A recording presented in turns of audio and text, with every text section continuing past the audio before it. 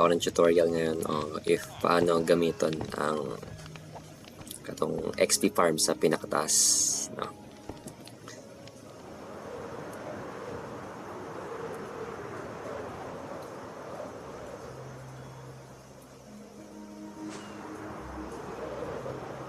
Tara na.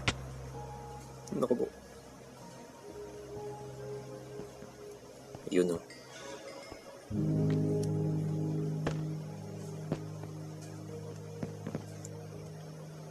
So, i-on lang ang lever, no? Pero if hindi ka ang naglabay sa trident, kay makuha mo siya by destroying these blocks, no? Tapos, i-on mo ang lever and then mag-wait ka lang rin hanggang niya makabalik sa imong trident. After that, yun sa mo ni mga yun sa mga kalaban na rin, no?